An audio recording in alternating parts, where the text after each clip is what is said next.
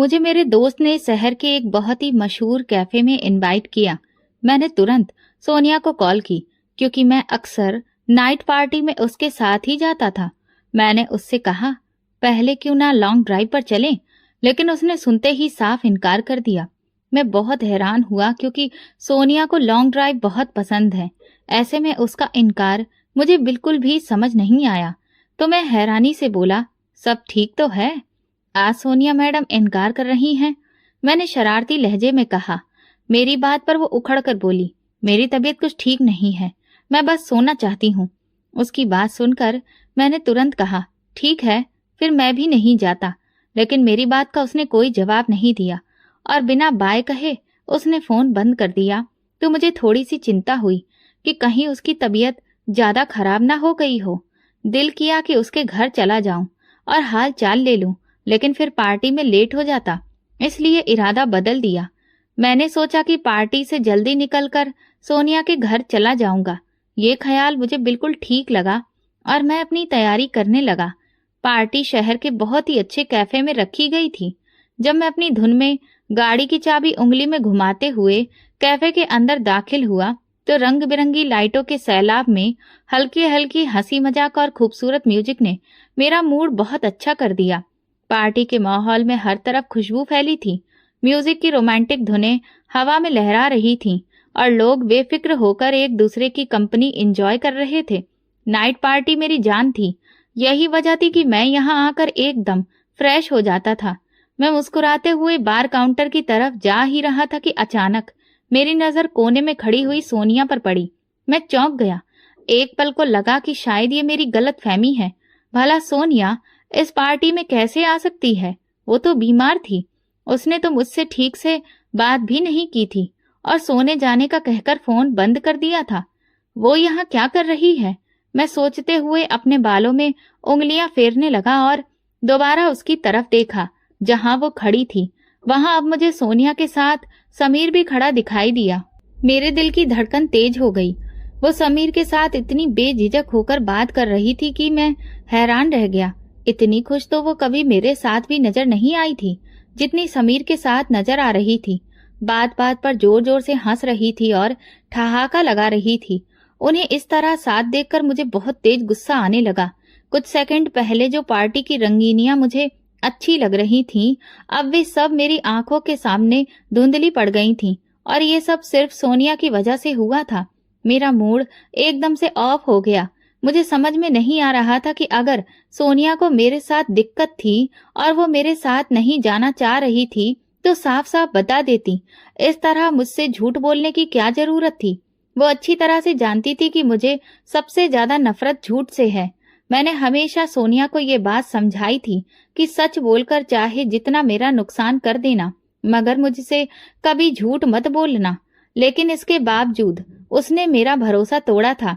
मैं इस बात से बहुत बेचैन था कि इतनी सी बात पर उसने मुझसे झूठ क्यों बोला। ये सवाल बार बार मेरे दिमाग में गूंजने लगा।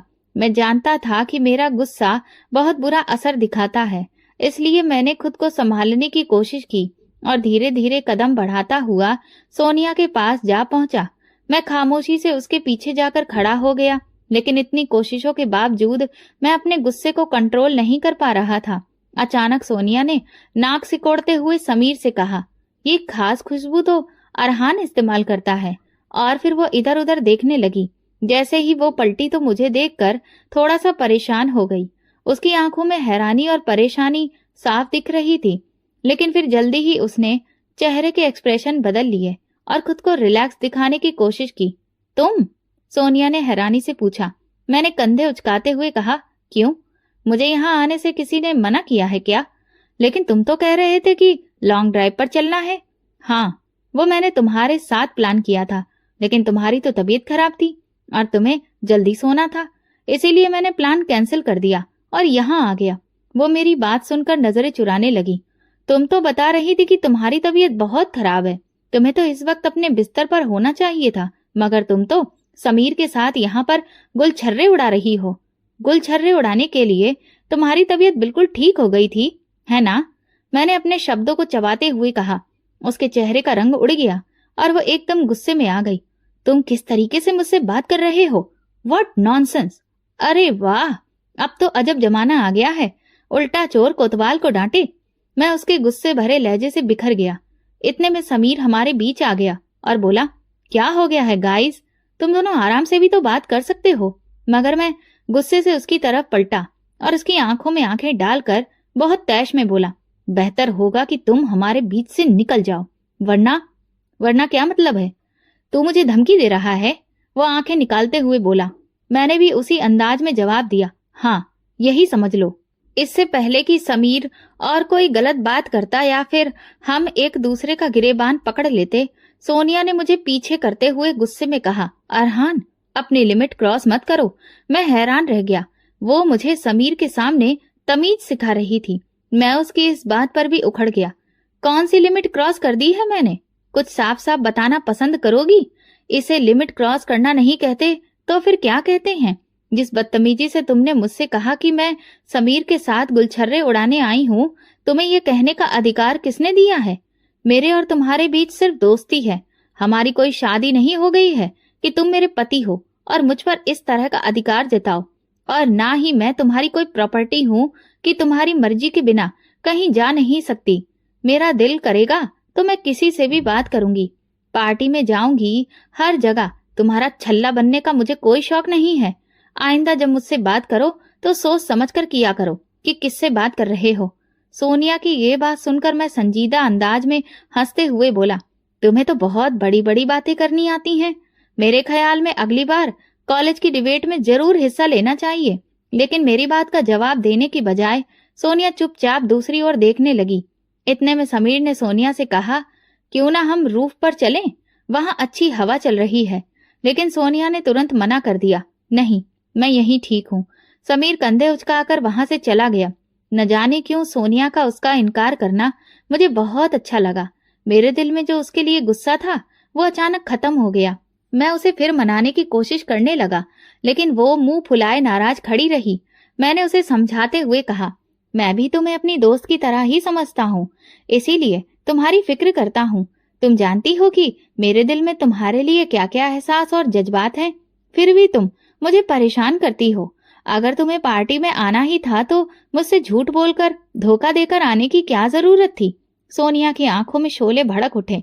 क्या फिजूल बातें कर रहे हो अरहान? मैं तुम्हें क्यों धोखा दूंगी? मेरा बस मूड बन गया तो चली आई। मैंने एक पल रुक कर कहा, तो फिर तुम मुझे भी साथ चलने के लिए कह सकती थी, लेकिन तुम तो समीर के साथ आई थी। ये बात मुझे अच्छी नहीं लगी। क्यों? इसमें क्या बुरा लगने वाली बात है? वो और ज्यादा गंभीर होते हुए बोली, ये मेरी जिंदगी है, इसे जैसे चाहूं जीऊंगी। न जाने क्यों उसकी आंखों में एक अजीब सी बगावत नजर आई और मैं चुप हो गया, क्योंकि मैं उसे खोना नहीं चाहता था। लेकिन ये भी सच था कि मैं उसे किसी और के साथ नहीं देख सकता था। सोनिया ने गहरी सांस ली और बोली, देखो अरहान, एक बात गांठ बांध लो, आइंदा जब मुझसे कोई बात करना तो सोच समझ कर करना। उसकी बात सुनकर मैं अपना आपा फिर से खोने लगा। अगर तुम चाहती हो कि मैं सोच समझकर बात करूं, तो तुम भी अपने दोस्तों का चुनाव ठीक से करो। ये शहरी टाइप लड़कों के साथ हंसी मजाक बात करना, इन सब से बचो। अच्छा, अब तुम मुझे बताओगे कि मुझे किससे बात करनी है और किससे नहीं?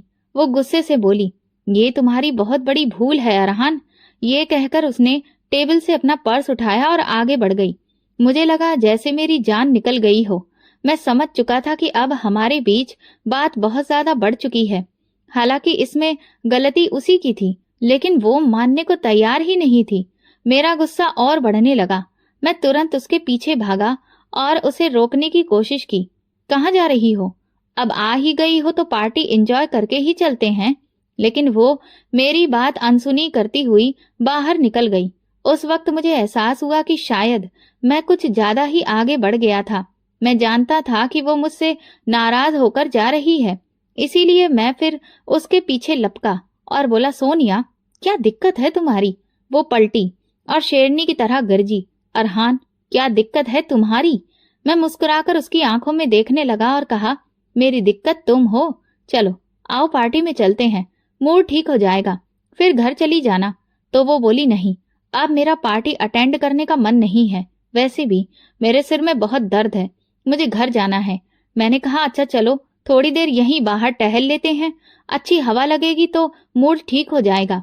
मेरी बात सुनकर उसकी आंखों में उलझन सी चमक उठी और वो धीरे से बोली, अरहान तुम समझ क्यों नहीं रहे? जब मैं कह रही हूँ कि मुझे घर जाना है तो बात खत्म। ये कहकर जैसे ही वो मेरे बगल से निकलने लगी, मैंने उसका हाथ पकड़ लिया। मेरे ऐसा करने पर वो गुस्से में बोली, छोड़ो मेरा हाथ।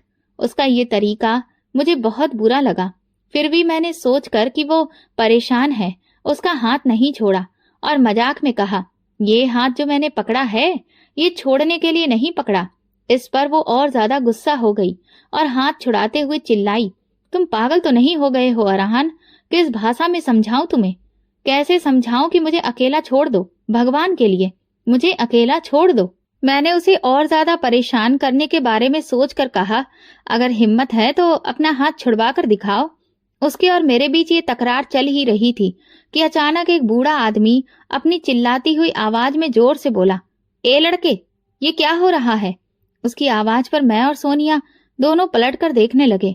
वो बूढ़ा, जिसकी आंखों में मेरे लिए गुस्सा और सख्ती थी, अपने दोनों हाथ कमर पर रखे हुए मेरी तरफ बढ़ रहा था। तूने बच्ची का हाथ क्यों पकड़ रखा है? लगता है तुम्हारे घर वालों ने तुम्हारी परवरिश ठीक से नहीं की है। शर्म आनी चाहिए तुम्हें। शरेआम दूसरों की बहू बेटियों का हाथ पकड़ते हो। तुम लोगों की आंखों में शर्म भी मर चुकी है। कितने बेशर्म हो तुम, उसने गुस्से से कहा। मेरे साथ साथ सोनिया भी हैरान होकर उस बूढ़े की तरफ देखने लगी। सोनिया का हाथ अभी भी मेरे हाथ में ही था। इतनी ही देर में वो बूढ़ा हमारे पास पहुंच गया और आते ही उसने मुझ पर हुक्म चलाया, इस बच्ची का हाथ छोड़ दो।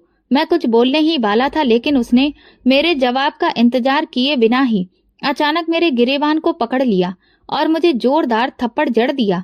सोनिया का हाथ मेरे हाथ से छूट गया और मेरा दूसरा हाथ अपने गाल पर चला गया। मैं इस कमजोर बूढ़े मरियल आदमी से इस तरह के जवाब की कोई उम्मीद नहीं रख रहा था कि वो यूं मुझ पर हाथ उठा देगा। मेरी हैरानी कम गुस्से में बदलने लगी, ये मुझे खुद भी पता नहीं चला। वो बूढ़ा सोनिया से मुखातिब होते हुए बोला, बेटी आप चली जाइए, जहां भी आपको जाना हो, और कोशिश कीजिए कि ऐसी जगह पर ना आया करें, और अगर आना भी हो तो साथ में अपने किसी घरवाले या फिर सहेली को लेकर आएं। इनके जैसे लुच्चे लफंगे किसी भी अकेली लड़की को देखकर अपने आपे से बाहर हो जाते हैं, और लड़कियों की इज्जत बहुत नाजुक होती है, तो अपना ख्याल आपको खुद ही रखना चाहिए। सोनिया का चेहरा गुस्से और शर्मिंदगी से लाल हो रहा था। वो कुछ कदम पीछे हटी और फिर मुझे नजरअंदाज करते हुए पार्किंग एरिया की तरफ बढ़ गई, जबकि वो बूढ़ा वहीं खड़ा था। लेकिन मैं तो जैसे पत्थर की तरह अपनी जगह पर खड़ा का खड़ा रह गया। उस हादसे ने मेरे दिमाग को बिल्कुल सुन्न कर दिया था।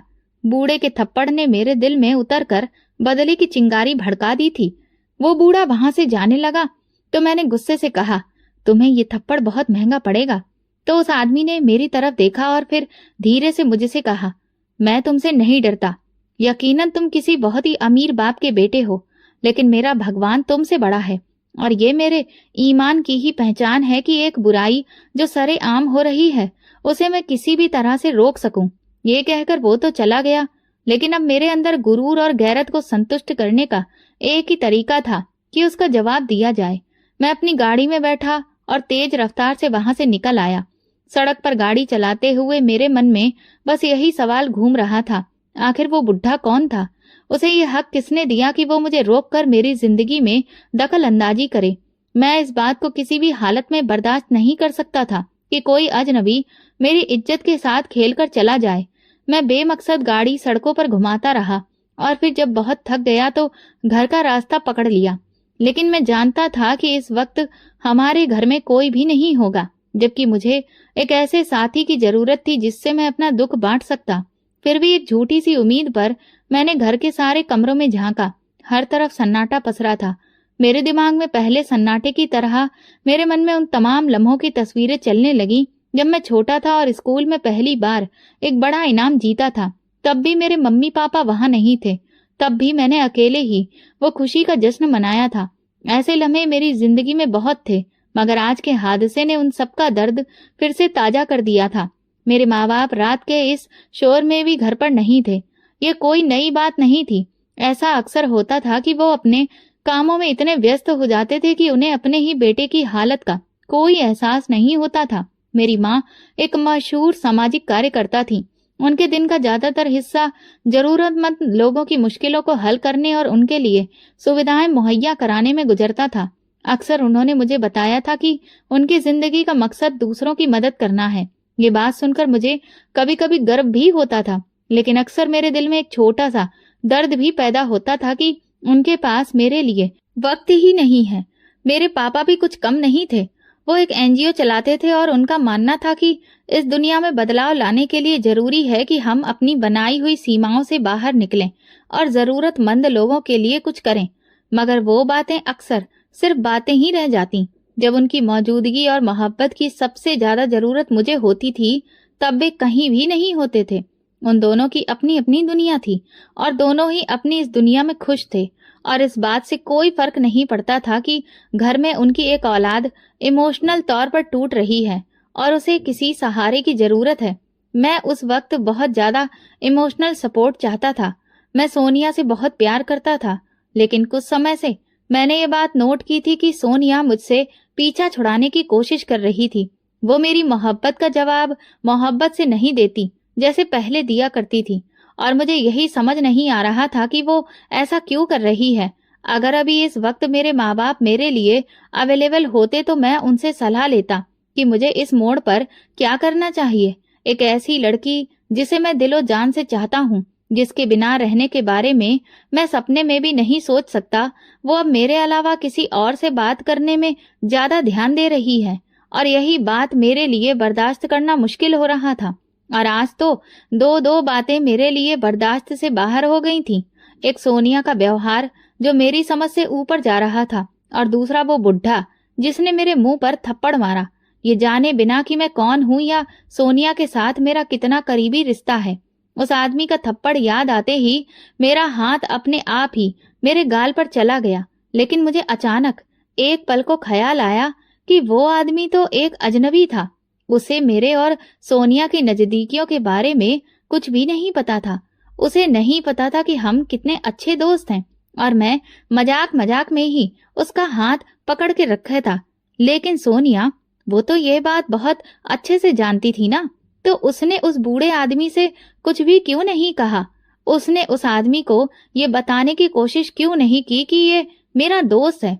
अगर उसने मेरा हाथ पकड़ भी लिया है तो तुम्हें क्या तकलीफ है? लेकिन वो चुपचाप उस आदमी की तरफ देखती रही, जैसे उसकी एहसानमंद हो। इस ख्याल के आते ही मेरा दिमाग घूमने लगा। मेरी बेचैनी अब पहले से और भी ज्यादा बढ़ गई। मुझे रह रहकर उस आदमी पर गुस्सा आने लगा, बल्कि सच कहूं तो सोनिया का गुस्सा भी मुझे उस बूढ़े पर निकालने का दिल चाह रहा था। नफरत और बदले की आग मेरे अंदर जलने लगी। आज का दिन मेरे लिए बहुत भारी था।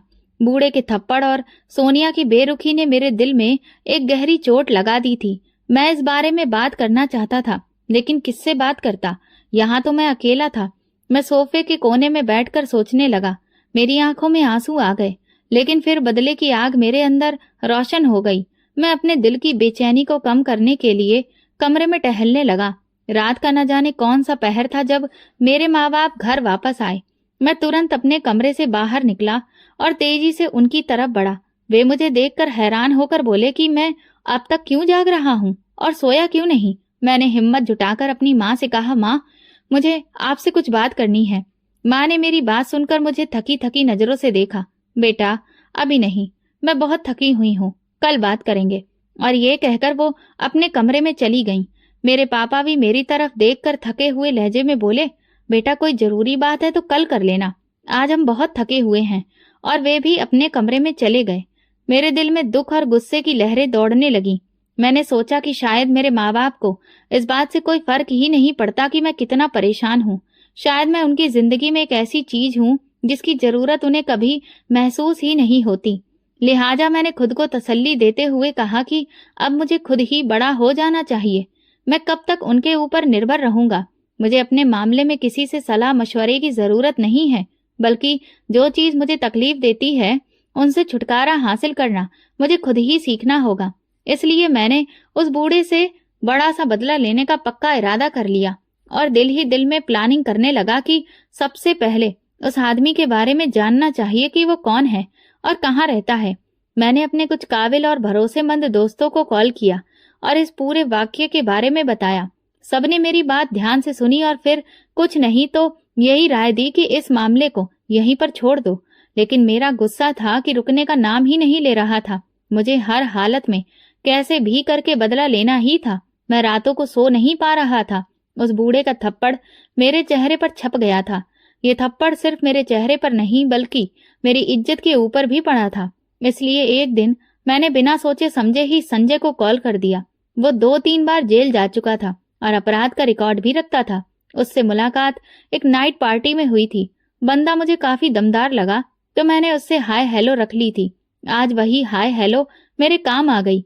मेरे जिगरी दोस्त जो मुझे बदला लेने के इरादे से दूर रहने की सलाह दे रहे थे, वहीं पर जब मैंने संजय से इस बारे में बात की तो उसने मुझे हिम्मत देते हुए कहा, ये तो कोई बड़ी बात नहीं है। अगर आप अपने दिल की भड़ास निकालना चाहते हैं तो जरूर निकालो। मैं इस मामले में पूरी तरह से आपके साथ हूँ। उसका बस ये कहना ही मेरे लिए काफी था, क्योंकि ये बात मेरे मन में बैठ चुकी थी कि जब तक मैं बदला नहीं ले लेता मुझे चैन नहीं मिलने वाला। और इस जज्बे को और ज्यादा भड़काने में संजय ने मेरा पूरा साथ दिया। मैं दिन की रोशनी में संजय को उस कैफेटेरिया के पास लेकर गया और फिर उसे सारी बात पॉइंट टू पॉइंट बताई। संजय ने मेरी बात ध्यान से सुनी और फिर बड़े ही बेफिक्र अंदाज में बोला, आप उससे बदला लेना चाहते हो, लेकिन कैसा बदला? क्या आप उसे कोई नुकसान पहुंचाना चाहते हो? मैंने ठंडे लहजे में जवाब दिया, अभी मैं इस बारे में कुछ कह नहीं सकता हूँ, लेकिन इतना जरूर है कि मैं उसे ऐसा सबक सिखाना चाहता हूँ कि वो सारी जिंदगी याद रखे। संजय ने मेरे कंधे पर हाथ रखते हुए वादा किया, मैं आपके साथ हूँ। जहाँ आप कहोगे मैं आपकी मदद के लिए मौजूद रहूंगा। हमने फिर ये डिसाइड किया कि उस बूढ़े की निगरानी करेंगे, उसके रोजाना के रूटीन पर नजर रखेंगे ताकि हमें उसकी कमजोरी का अंदाजा हो और किसी मौके पर उसके खिलाफ कोई कदम उठाने का मौका मिल सके। अगले दिन से हमने बूढ़े की हर एक एक्टिविटी पर नजर रखना शुरू कर दी। वो सुबह एक स्कूल में जाता था और फिर वहां बच्चों को पढ़ाता था और शाम को घर चला जाता था। रोजाना का यही रूटीन था। हम दोनों एक कैफेटेरिया में बैठकर उसे देखते और वक्त वक्त के साथ उसकी हर एक हरकत पर नजर रखते। शुरू शुरू में कुछ खास तो सामने नहीं आया, मगर फिर एक दिन हमें एक ऐसा मौका मिला जिसने हमारे इरादों को एक नया मोड़ दे दिया। एक दिन जब हम कैफेटेरिया में बैठे थे तो वो टीचर विनोद अपने स्कूल से बाहर निकला और उसके साथ में एक लड़की भी थी जिसने अपने चेहरे को दुपट्टे से कसकर बांध रखा था। उसके चेहरे से आंखों के सिवा कुछ भी नजर नहीं आ रहा था। वो दोनों स्कूल के सामने कुछ देर रुके। टीचर ने उसके सर पर प्यार से हाथ रखा और मुस्कुराते हुए कुछ बातें की। ये नजारा हमारे लिए हैरान कर देने वाला था। संजय ने मेरी तरफ देखा और कहने लगा, क्या ये इसकी कोई स्टूडेंट हो सकती है या शायद कोई करीबी रिश्तेदार? ये इसकी बेटी तो नहीं है कहीं? मैं संजय की बात सुनकर एकदम से चौंक गया और उसकी तरफ पलटकर देखा। संजय की बात मेरे दिमाग में जाकर अटक गई। मैंने दोबारा पलटकर लड़की की तरफ देखा। वो अब उसके पास से जा चुकी थी और बस स्टॉप की तरफ उसने रास्ता मोड़ लिया। टीचर की बेटी, मैंने धीरे से कहा। अगर ये लड़की टीचर की बेटी है तो फिर बदले का इरादा तो साफ हो गया ना। ये ख्याल आते ही मेरे चेहरे पर एक जहरीली मुस्कुराहट फैल गई और संजय भी मेरे इरादे को भांपते हुए मेरी तरफ मुस्कुराकर देखने लगा। अगले कुछ दिन हमने उस लड़की की सख्त निगरानी करना शुरू कर दी। हर सुबह उसे टीचर के साथ स्कूल से निकलते हुए और कुछ दूरी पर बस स्टॉप तक जाते हुए देखा। फिर अकेले बस में सवार होकर वो चली जाती। हमने वक्त नोट कर लिया था कि वो कब यहाँ से गुजरती है और कब हमें उसे अपने कब्जे में लेना है। उस टीचर विनोद के थप्पड़ ने मेरे अंदर एक ऐसी आग भड़का दी थी जिसे बुझाने का भी एक ही रास्ता था कि किसी तरह उसकी बेटी के साथ मुलाकात और जान पहचान बढ़ाई जाए और उसे फिर मोहब्बत के जाल में फंसाकर उसे ऐसा बदला लिया जाए कि वो टीचर दोबारा किसी के भी मुंह पर थप्पड़ मारने की हिम्मत भी ना करे। 1 हफ्ते की कड़ी निगरानी से मैं ये बात तो समझ गया था कि टीचर इस स्कूल के बगल में ही रहता है और उसका परिवार भी यहीं पर है और ये लड़की जिसे इसका गहरा रिश्ता है वो यकीनन इसकी बेटी ही होगी, क्योंकि ये लड़की जब सुबह निकलती थी तो शाम को वापस उस स्कूल में आती जाती रहती थी और वो भी उनके साथ ही रहती थी। इसके अलावा मैंने उन दोनों बाप बेटी को कहीं और भी आते जाते नहीं देखा। अब मुझे सिर्फ ये जानना था कि वो लड़की कहाँ जाती है, क्या करती है और उसका रूटीन क्या है। मैंने ये भी महसूस किया कि वो बहुत मासूम और खामोश स्वभाव की लड़की थी। शायद उसने कभी किसी गैर इंसान से बात भी नहीं की हो। यही तो वो बात थी जो मुझे उस लड़की की तरफ खींच रही थी। मैंने उसके मामले को जब अच्छी तरह से समझ लिया तो मेरी जान में कुछ बातें आईं, जिनमें से ये एक थी कि वो एक गर्ल्स स्कूल में टीचर है और रोज सुबह वहीं पर पढ़ाने के लिए जाती है और शाम से जरा पहले वो अकेली वापस आ जाती है। एक दिन जब मैंने उसे अपने स्कूल जाने के लिए निकलते देखा तो मैं भी उसके पीछे पीछे चलने लगा और उसे एक दो आवाज दी। उसने पलटकर देखा, मगर किसी भी बात का जवाब दिए बिना ही वो तेज तेज कदमों से चलती रही। उसके इस तरह से खामोश रहने और नजरअंदाज करने से मेरे अंदर गुस्सा और ज्यादा भड़क गया था। मैं सोचने लगा कि आखिर मैं कब तक इस तरह से इसके पीछे पीछे भागता रहूंगा। संजय ने भी एक दिन परेशान होकर मुझसे कहा कि इस मामले का कुछ और हल भी तो निकल सकता है, लेकिन इस पर मेरा दिल नहीं माना। लेकिन एक दिन जब अपने घर से निकली वो और अपने रोज के रास्ते पर जाने की जगह वो एक गली में मुड़ गई जिसका दूसरा सिरा बाजार की तरफ जाता था, तो मैं ये देखकर बहुत खुश हो गया कि आज वो बाजार जा रही है। यकीनन आज तो मुझे उससे बात करने का ज्यादा मौका मिल जाएगा। मैं भी धीरे धीरे उसका पीछा करने लगा। मेरे देखते ही देखते वो एक कॉस्मेटिक की दुकान के अंदर चली गई, तो मैं दुकान से बाहर ही लगकर खड़ा हो गया और उसके बाहर आने का इंतजार करने लगा। जब वो कुछ जरूरी चीज लेकर दुकान से बाहर निकली तो मैंने मौका देखकर उसके सामने जाकर कहा, हेलो, मैं आपसे कुछ बात करना चाहता हूँ। वो एकदम से सहम गई और नजर झुकाकर जल्दी से आगे बढ़ने लगी। मैंने कहा, देखिए, डरिए मत, मैं आपको कोई नुकसान नहीं पहुंचाना चाहता, बस आपसे दोस्ती करना चाहता हूँ। मेरी बातों का उस पर कोई भी असर नहीं हुआ। वो तुरंत वहां से तेज तेज चलने लगी। उसके चेहरे पर छाई हुई बेचैनी मुझे दुपट्टा लपेटने के बावजूद भी छुप नहीं पा रही थी। लेकिन मैंने हिम्मत नहीं हारी और फैसला किया कि एक ना एक दिन तो उसे मैं अपनी तरफ खींच के ही रहूंगा। अगले दिन वो जैसे ही बाहर निकली मैंने उसके पीछे चलना शुरू कर दिया और लगातार उससे बात करने की कोशिश करने लगा। देखिए, मुझे आपकी खामोशी बहुत पसंद आई है। ऐसी लड़कियां बहुत कम मिलती हैं, मैंने कहा, लेकिन उसने कोई जवाब नहीं दिया। उसका ये ठंडा रवैया मेरे लिए एक चैलेंज बन गया था। मैं हर रोज उसके रास्ते में आकर खड़ा हो जाता, यहाँ तक कि मैं उसके साथ बस स्टॉप पर भी जाकर खड़ा हो जाता, मगर वो मुझे लगातार इग्नोर करती। जाने क्यों मुझे सोनिया का ख्याल भी आता था। सोनिया भी तो मुझे ऐसे ही इग्नोर कर रही थी। सोनिया का ख्याल आते ही मेरे दिल में एक टीस सी उठती थी। लेकिन मैं अब इस रोज रोज के पीछा करने से बहुत थक चुका था। वो किसी भी हालत में कोई भी रिएक्शन देने को तैयार नहीं थी। मुझे वैसा लगने लगा जैसे मैं किसी दीवार के ऊपर अपना सिर मार रहा हूँ और अपना वक्त बर्बाद कर रहा हूँ। लेकिन हाँ, बस उसकी आंखों से पता चलता था कि वो अंदर ही अंदर से बेचैन है। जब मैंने देखा कि पीछा करने का कोई खास फायदा नहीं हो रहा और ना ही वो मेरी बात सुन रही है, तो एक दिन मौका को गवाए बिना मैंने उसका रास्ता रोक लिया और बड़े ही नरमी से उससे बात करते हुए कहा, मैंने जब से आपको देखा है मेरा दिल आप पर मर मिटा है। मैं जब तक आपको देख ना लूं मुझे चैन नहीं आता।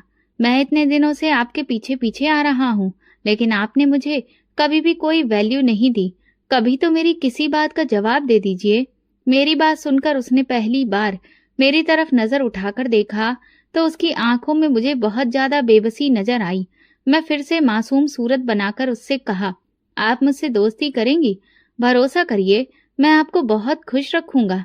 उसकी आंखों से अंदाजा हो गया था कि वो मुझसे बहुत बुरी तरह से डर गई है और यही वजह थी कि वो आगे जाने की जगह अपने घर की तरफ वापस मुड़ गई। उस घर की तरफ जाते देखकर मेरा दिमाग गुस्से से भरने लगा। आखिर कितने दिन तक मैं उस लड़की के पीछे पागलों की तरह फिरता रहूंगा। मैं गुस्से में घर जाने की जगह कैफेटेरिया में आकर बैठ गया और अपने लिए कॉफी का ऑर्डर दिया। मुझे आज फिर सोनिया बहुत ज्यादा याद आई तो मैंने उसे कॉल मिलाई, लेकिन वो बार बार काट देती थी। इससे मुझे और ज्यादा झुंझलाहट होने लगी। मैंने अपनी कॉफी खत्म की ही थी कि अचानक सोनिया समीर के साथ इस कैफे के अंदर दाखिल होती हुई दिखाई दी। गुस्से से मेरी कनपटी जलने लगी। मैं जिस टेबल पर बैठा था वो कैफे के पिलर की आड़ में थी, इसीलिए कैफेटेरिया में दाखिल होते हुए मुझ पर डायरेक्ट उसकी नजर नहीं पड़ सकती थी। लेकिन मैं दरवाजे से आने वाले हर इंसान को बहुत आसानी से देख सकता था।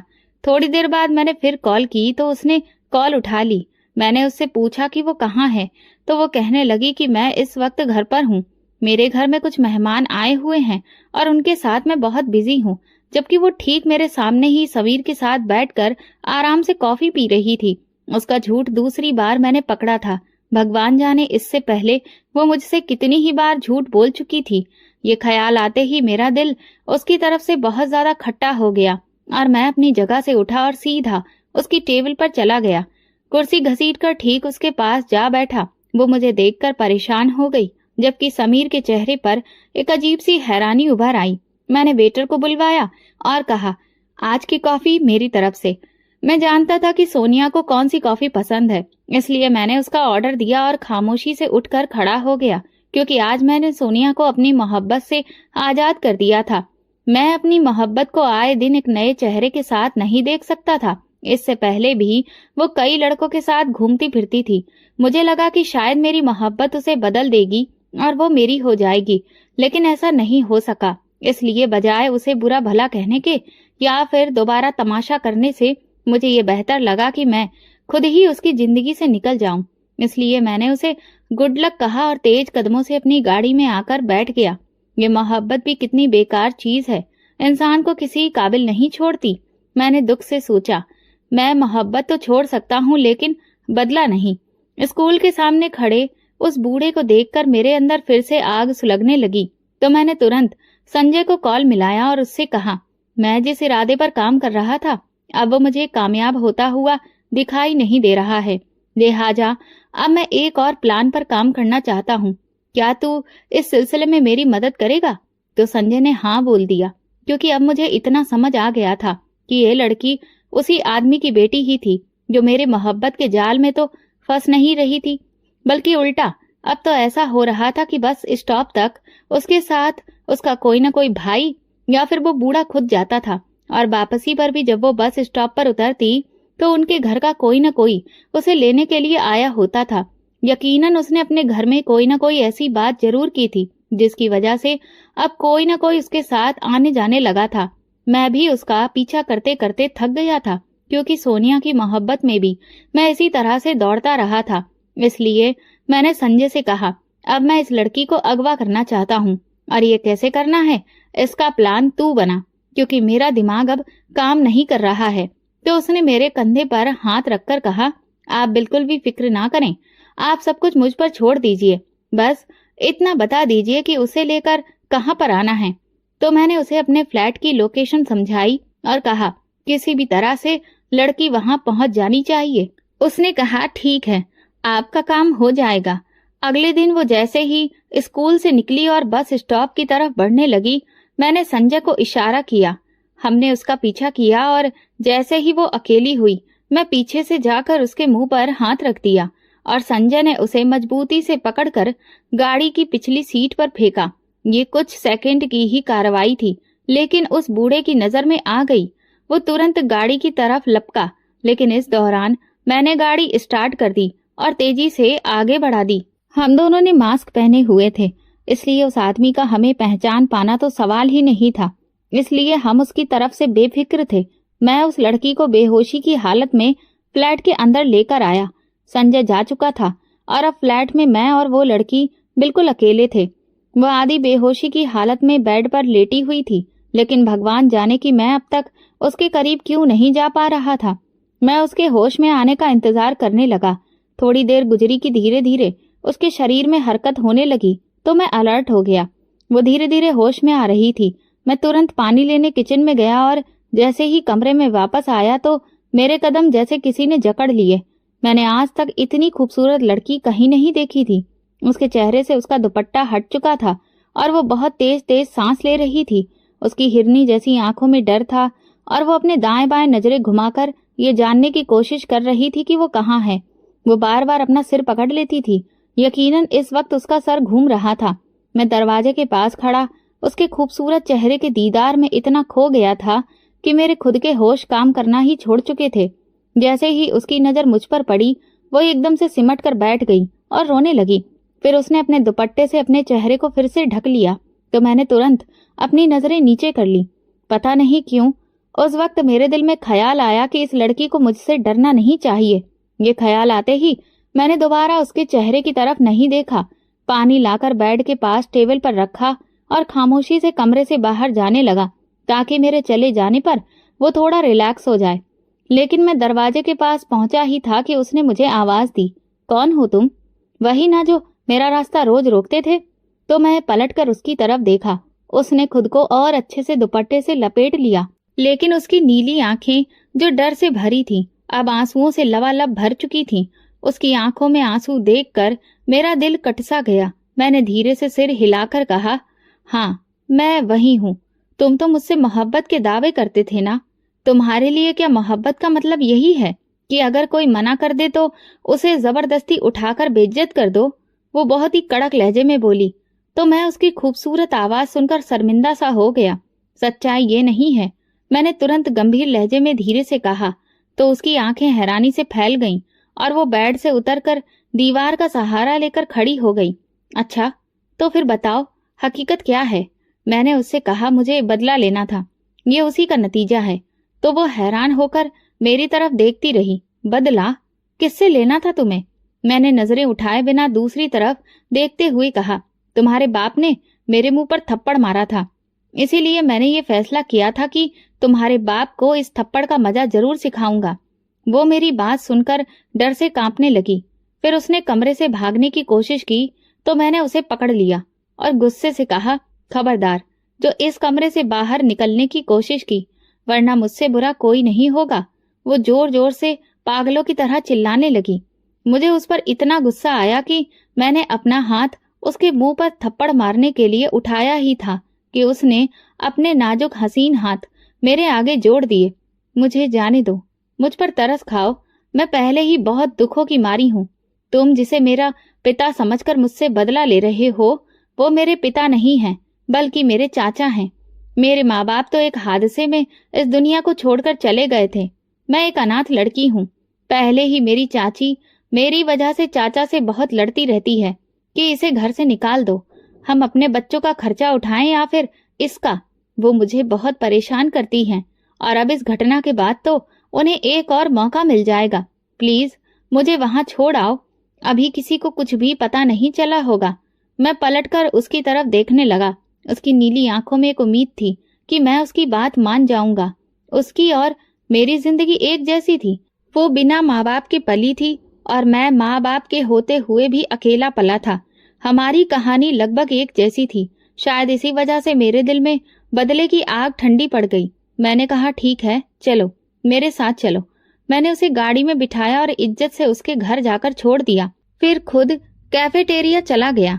लेकिन मैं नहीं जानता था कि मेरी वजह से उस लड़की पर अब क्या कयामत टूटेगी। मैं अभी वहां पर बैठा ही था कि तभी अचानक मुझे तेज तेज चीखने चिल्लाने की आवाज सुनाई दी। जब मैंने पलटकर पीछे देखा तो वहां का नजारा देखकर मेरे होश उड़ गए। उस लड़की की चाची ने उसे बहुत जोर से धक्का देकर घर से बाहर फेंक दिया था। वो लड़की धड़ाम से जाकर बाहर गिरी, जिससे उसकी बांह छिल गई और खून निकलने लगा। वो घर के बाहर गिरी पड़ी थी और तभी उसकी चाची ने एक छोटा सा थैला उसके मुंह पर फेंका। वो बहुत बुरी तरह से रो रही थी और घर के अंदर जाने की कोशिश कर रही थी, लेकिन उसे फिर से किसी ने धक्का देकर बाहर फेंक दिया। कॉफी का पहला घूंट लेते हुए जब मेरी नजर उस पर पड़ी तो मेरे पैरों तले से जमीन खिसक गई। हे भगवान, ये लड़की दरवाजे पर इस तरह से पड़ी हुई रो क्यों रही है? अभी तो ठीक ठाक अंदर गई थी। क्या इसके चाचा ने इसे अंदर नहीं आने दिया? मैं तुरंत कैफेटेरिया से बाहर निकला कि तभी मैंने उसकी चाची को उसे पीटते हुए देखा। वो चिल्ला चिल्ला कर उसे पीटते हुए कह रही थी, खबरदार जो मेरे घर में कदम रखने की कोशिश भी की और यहाँ आस पास भी नजर आई, जिसके साथ मुंह काला करके आई है, वापस उसी के पास चली जा। मेरी भी जवान बेटियां हैं, मैं तेरी वजह से उनका भविष्य दांव पर नहीं लगा सकती। वो बेचारी लड़की रो रो कर अपनी बेगुनाही साबित करने की कोशिश कर रही थी, लेकिन उसकी चाची को उस पर जरा भी रहम नहीं आया और उसने दरवाजा बंद कर दिया। फिर वो लड़की अपना बैग उठाकर आसपास देखने लगी। उसके पास से गुजरते हुए कई मर्द उसे घूर घूर कर देख रहे थे। ये सब देखकर मुझसे रहा नहीं गया, लेकिन मुझे समझ में नहीं आ रहा था कि मैं क्या करूं। रात का अंधेरा छा चुका था और यह अंधेरा उसे भी बुरी तरह डरा रहा था। वो अंधेरे रास्ते की तरफ निकल गई। शायद उसे पता भी नहीं था कि वो कहाँ जा रही है। मैं भी उलझन में वहीं खड़ा रहा और सोचने लगा कि ये सब क्या हो गया।